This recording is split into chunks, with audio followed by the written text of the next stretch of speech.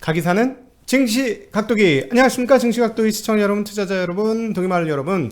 7월 6일 화요일이 멋지게 밝았습니다. 네, 전일 우리 그 독일마을 분들이 연합인포맥스에 나오셔가지고 아주 그냥 함께 해주셔가지고 너무 뿌듯하고 기쁜, 그리고 또 신받는 그런 날이었습니다. 책을 최대한 우리 독일마을 분들에게 많이 보내드리고 싶었지만 그래도 심사에 공정을 기해야 되기 때문에 하여튼 좋은 내용을 댓글로 뽑아가지고 어제 책을 많이 보내드렸는데 그 이메일 주소로 응모해 주셔가지고 모두 책 잘 받으셨으면 좋겠습니다. 진심으로 다시 한번 감사드리고요. 참 이렇게 역시 같이 만들어 가니까 제가 잘할 때도 좋지만 잘 못할 때는 여러분들 덕택에 또 가는구나, 뭐 이런 생각을 하게 됩니다. 오늘 미국 시장은 휴장이었어요. 왜요? 미국 독립기념일 대체 휴일이었기 때문에 오늘 금융시장이 전반적으로 휴장이었기 때문에 가격 나오는 게 몇 개 없었습니다. 자, 가격 나오는 거는 지금 유가, 달러 뭐 이런 것들이 나왔는데 유가가 말이죠. 유가가 76달러를 돌파를 했다가 지금은 다시 75달러대, 76달러, 예, 76달러를 갔어요. 아주 지금 그리고 구리 가격도 다시 조금 올라오는 모양새를 보여주고 있습니다. WTI 기준으로 76.29달러, 구리 가격 9,500달러로 다시 슬금슬금 조금씩 올라오고 있어요. 원자재 가격이 다시 조금 올라오고 있다는 게 가장 눈에 띄는 대목입니다. 왜 그러냐면 어제도 이제 첫 번째 그 오건영 연구원하고 부부장하고 얘기할 때 질문이 이게 디플레 어떻게 잡을 거예요? 어떻게 디플레가 어떤 거예요? 라고 이제 이야기를 했었죠. 그러니까 지금 사실 미국 연준은 인플레이션이 들어온 상황이라기보다도 디플레이션을 처리하지 못해서 끙끙 앓고 있는 상황이다라고 보는 게 훨씬 더 현재 시장을 이해하는 데 도움이 되실 것 같습니다. 그러니까 저렇게 안 움직이는 거죠. 지금쯤이면 사실은 상당히 움직여야 하는데 움직이지 않는 것은 그런 이유 때문이다 라고 말씀드릴 수 있겠습니다. 일단 그 달러 가격은 뭐 큰 폭의 움직임 아니었고 금값도 소폭 상승하면서 1791달러, 그래서 전반적으로 다시 원자재 가격이 올라오는데 원자재 가격이 올라오는 것의 의미는 이제 막 올라왔기 때문에 아주 의미 있다라고 보기는 어렵고 WTI만 계속 고공행진인데요.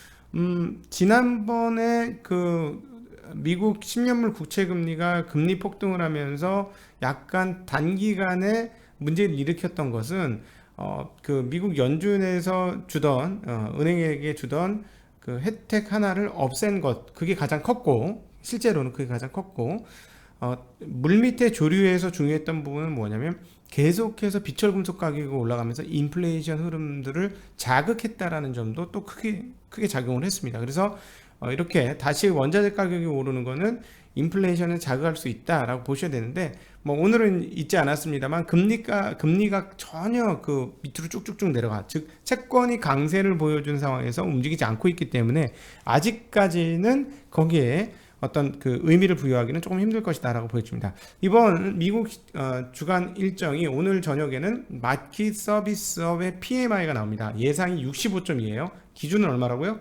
50이요. 50인데 65.2가 나와. 근데 전달은 70.4예요. 그래서 그거보다는 좀 떨어질 걸로 예상을 하고 있고, 또 다른 곳이죠. 공급관리협회 ISM의 비제조 PMI는 63.3을 예상하고 있습니다. 전달에 64 나왔어요. 둘 다 고공행진이에요. 둘 다 고공행진. 이것과 관련해서 재미난 뉴스가 나오고 있는데, 지금 중국에 들어오는 주문이, 크리스마스 주문이 지금 들어오고 있다. 지금. 보통 언제? 8월달. 보통은 8월달인데 왜 지금 주문이 들어오고 있느냐? 공급 차질이 있다 이거죠. 그래서 빨리 선주문이 빨리 나오고 있다는 거죠. 제대로 물건 받으려고. 제때 물건이 안 들어오니까. 근데 이런 흐름으로 봐서는 우리가 지난번에 어제 살펴봤듯이 미국의 무역 수지는 3분기도 적자 흐름, 특별히 상품 수지는 3분기도 적자 흐름을 많이 가지고 갈 것 같고, 최근에 이제 HMM이나 이런 것들의 고공행진, 그러니까 선박운임이 쉽게 떨어지지 않고 있다라는 점을 이런 대목에서 우리가 같이 읽어낼 수 있는 흐름이다. 그렇다면 3분기도 여전히 크리스마스 수요가 빨리 터지면서, 원래 3분기 뒤쪽으로 터져야 되는데 3분기 시작되기도 전에 터졌기 때문에 3분기도 상당히 괜찮은 흐름. 그렇다면 한국의 EPS들도, 즉 한국 기업 실적에 의해서 주당 순이익도 증가 일로에서 멈추지 않을 것 같다 라고 충분히 추론이 가능하죠. 자, 그러면 지금 한국의 EPS 총합은 대략 올해 연말 기준으로 쉽게 얘기해서 어느 정도 170조까지 올랐어요. 야, 연초에 140조, 130조 이랬는데 지금 170조까지 EPS 예상치가 올라왔어요. 자, 그러면 한국 주식은 어떻다? 싸다. 상대적으로. 왜? 사상 최고치를 기록했던 PER 배수가, PER, 이익 대비 주가 배수가 과거 14.4배, 15배 요 정도 수준에서 지금 12, 13배 사이로 떨어졌기 때문에 한국 주식시장은 이것만 봐도 10% 정도의 상승 공간이 남아져 있다. 지수 10%면요, 여러분, 시장 꽤 많이 가는 겁니다. 그래서 그런 공간이 10% 이상 남아져 있다는 거를 감안하셔야 되겠다는 거 생각해 보셔야 될 것 같고요. 다음 7일에는 연방공개시장위원회 의사록이 발표됩니다. 요거에 따라서 시장 왔다 갔다 할 수 있다는 점 생각하시고요. 라파엘 보스팅 애틀랜타 연은 총재 연설이 있고요. 그다음 그 5월 구인 이직 보고서가 7일 나옵니다. 그리고 8일에는 주간 신규 실업 청구자 수 매주 목요일 날 나오죠. 5월 소비자 신용 나올 거고, 소비자 신용이 이제 좀 꺾일 것 같죠. 판매는 조금 꺾이는 분위기가 보여주고, 9일은 5월 도매 재고, 그 다음에 G20 재무장관 중앙은행 총재 회의가 9일부터 10일까지 있게 됩니다.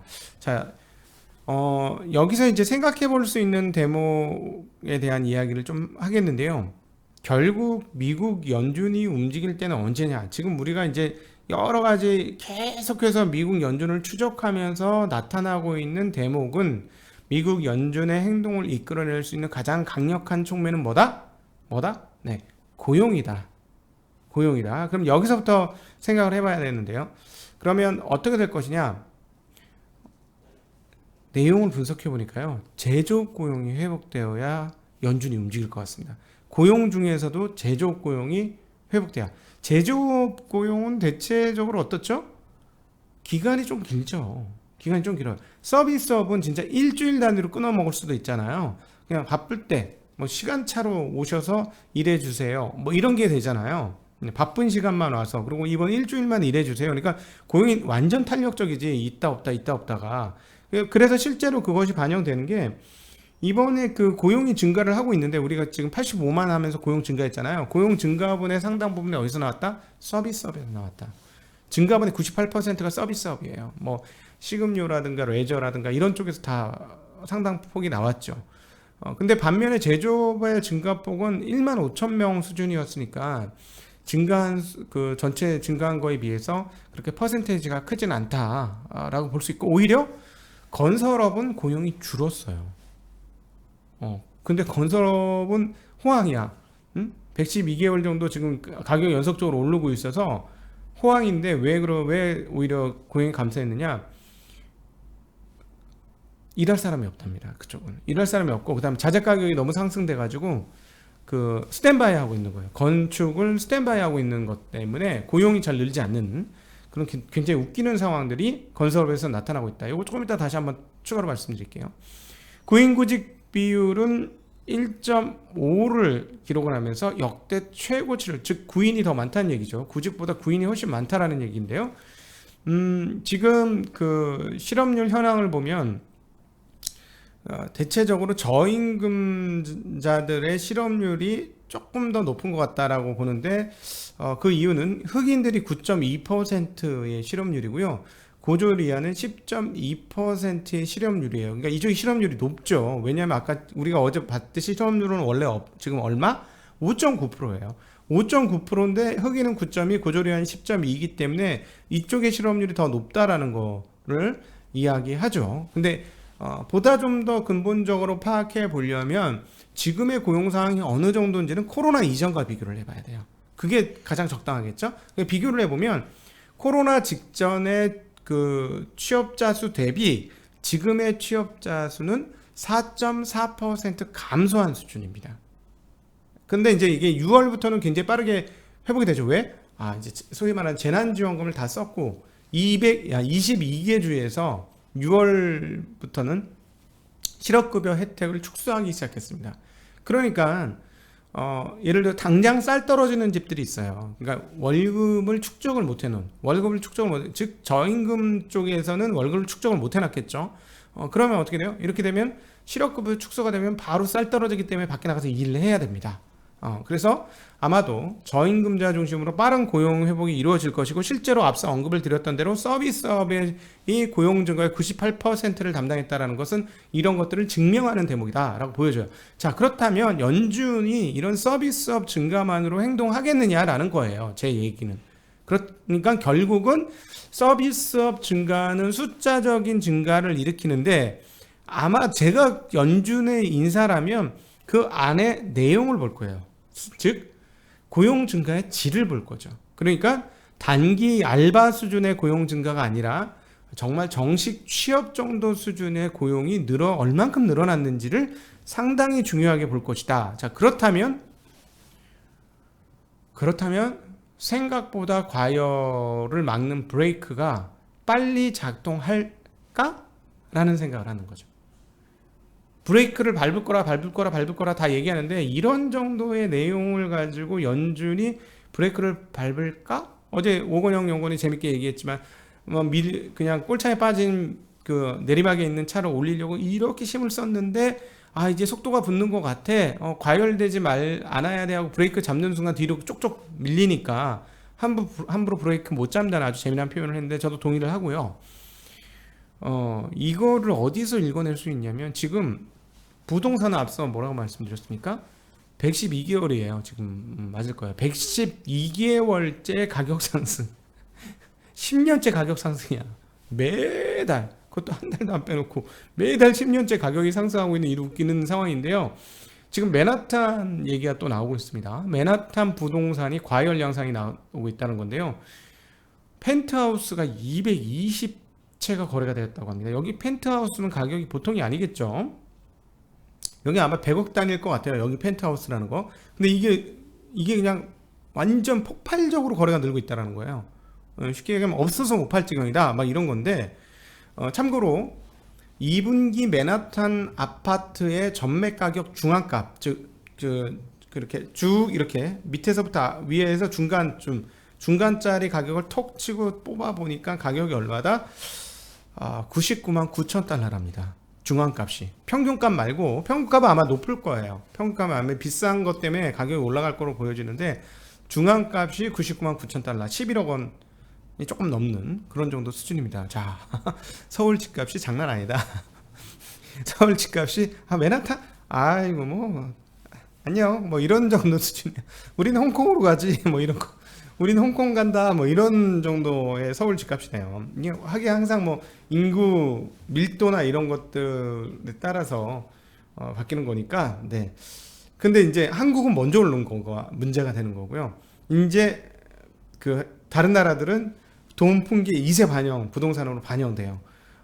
근데 이제 그래서 MBS부터 먼저 처분을 시켜야 되지 않느냐. 그래서 저는 제가 연준 위원 인사라면 MBS를 슬슬 빼낼 때는 한 달에 50만 달러, 50억 달러 이런 식으로 빼면 시장 충격 별로 없을 것 같은데? 이런 느낌이 정말 들거든요. 그럼에도 불구하고 지금 안 하고 있죠. 근데 이제 왜 이렇게 맨하탄 집값이 올라가느냐? 분석은 이거예요. 맨하탄을 떠났던 부자들이 팬데믹으로 인해서 사람 몰린 데 가지 마. 그냥 그래서 타운하우스 같은 데서 이렇게 띄엄띄엄 사는 외곽으로 쫙 빠졌던 사람들이 이제 해결되고 백신 맞고 하니까 이제 돌아오는 거죠. 그러니까 부자들은 가격 상관 안 하지. 좋은 거 내가 사겠다. 그래서 지금 펜트하우스가 아주 과열적인 상황들을 보여주고 있는데, 이럼에도 불구하고 MBS 모기지 채권을 계속 사주면서 돈을 뿌려준 거. 모기지 채권을 계속 산다는 건 모기지 공급이 된다는 거 아닙니까? 부동산 시장에 자금이 공급된다는 건데, 이것을 멈추지 않는 거를 보건데, 연준의 태도는 쉽사리 긴축으로 바뀌진 않을 것이다. 그러나 어찌되었건 이런 식의 흐름들이 나오면 논의는 할 거예요. 논의는 하는데, 그 논의를 해봐야, 논의해서 야, 우리 언제 할까? 그래, 언제 하지? 이거지. 언제 할까? 그래 그러면 한 내년쯤 해볼까? 근데 뭐 시장 고용이 조금 더 회복한 다음에 하면 되지 않겠어? 이것도 논의잖아요. 이런 거부터 먼저 할 수 있다라는 거죠. 그래서 생각보다 쉽게 브레이크 안 밟을 것 같은 생각이고요. 그렇다면 이 골디락스적 상황들이 조금 더 진행이 되는데 좀 이제 걱정이 되는 게 이제 부동산처럼 과열권으로 접어들어서 가게 되면 조금 문제가 되는데 그 다음에 근데 사람들은 그 과열에 취할 거거든요. 경기의 과열은 술을 마시는 것과 똑같습니다. 과열이 되면 될수록 술을 마시는 것과 같습니다. 술을 어떻게 취하죠? 사람들이 처음엔 조심조심 먹어요. 그러다가 취기가 올라오면 과감하게 먹어요. 나중에는 술을 마셔요. 미친 듯이 마시죠. 경기의 과열 과정도 이와 같습니다. 그래서 이 부분에 대한 생각, 고민은 앞으로 계속 저희 증시학도의 TV와 하나하나 풀어가도록 하겠고요. 한국 시장도 이것들이 좀 반영되어야 할 거고, 앞서도 말씀드렸듯이 1PS 증가가 쉽게 꺾이지 않을 것 같은데 3분기조차도. 그리고 4분기 가면은 DDR 슬슬 나올 때가 됐으니까 그것도 괜찮은데 지지부진하네요. 지지부진해서 지금은 잘 골라내고, 어쨌든 돈의 양이 많기 때문에 돈의 양에 의해 떠밀려가는 시장이 계속 진행될 가능성 높다라고 보시면 될 것 같습니다. 네, 7월 6일 한국 장전. 네, 오늘은 미국 시장이 어제 없었기 때문에 화요일 날 한국 장전으로 여러분 만나 뵈었습니다. 이따 오후에 또 즐거운 얼굴로 뵙도록 하겠습니다. 인사드립니다. 안녕.